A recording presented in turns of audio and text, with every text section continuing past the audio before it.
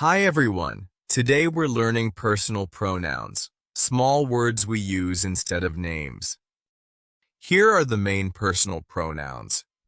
I am a teacher.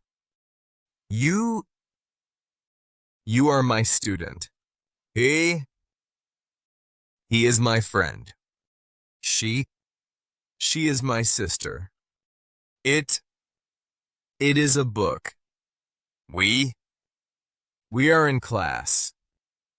They are happy. I'll say a sentence and you think of the pronoun. John is tall.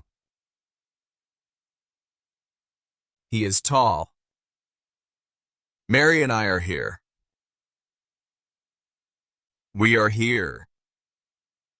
The cats are hungry. They are hungry. Maria is very kind.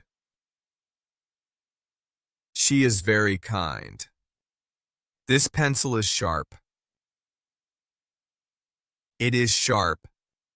Great job! Now you know how to use personal pronouns. I, you, he, she, it, we, and they. Keep practicing in your daily conversations.